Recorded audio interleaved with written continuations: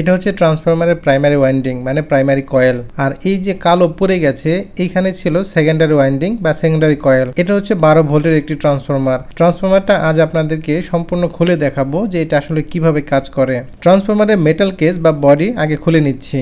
Body খুললেই ট্রান্সফরমারে iron core দেখা যাচ্ছে। আয়রন কোর দেখতে স্কোয়ার কিউবের মতো মনে হলেও আয়রন কোর মূলত ই কোর এবং আই কোর দিয়ে এই ধরনের শেপ দেওয়া হয়। তো এটা খুললে আপনারা দেখতে পাচ্ছেন যে ই কোর কিভাবে খুলতেছি, আই কোর কিভাবে খুলতেছি। সব আয়রন কোরগুলো খুলে ফেললে ট্রান্সফরমারে দুইটা কয়েল দেখা যাবে। সাদা প্লাস্টিকের যে কেসটা দেখতে পাচ্ছেন এটা হচ্ছে ট্রান্সফরমারের ববিন কেস।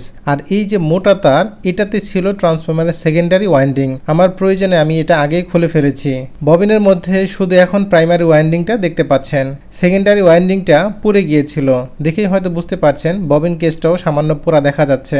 যেহেতু এটা স্টেপ ডাউন ট্রান্সফরমার এই জন্য প্রাইমারি সাইডে 220 ভোল্টেজ আর সেকেন্ডারি সাইডে 12 অথবা 24 ভোল্টেজ আউটপুট হিসেবে নেওয়া যায়। দেখতে পাচ্ছেন ট্রান্সফরমারের প্রাইমারি সাইডে তারের প্যাচ সংখ্যা বা টার্ন সংখ্যা অনেক বেশি, আর তারও ব্যবহার করা হয়েছে চিকন তার। আর সেকেন্ডারি সাইডে মোটা তার ব্যবহার করা হয় কারণ সেকেন্ডারি সাইডে বেশি কারেন্ট প্রয়োজন হয় এবং কম ভোল্টেজ পাওয়া যায়।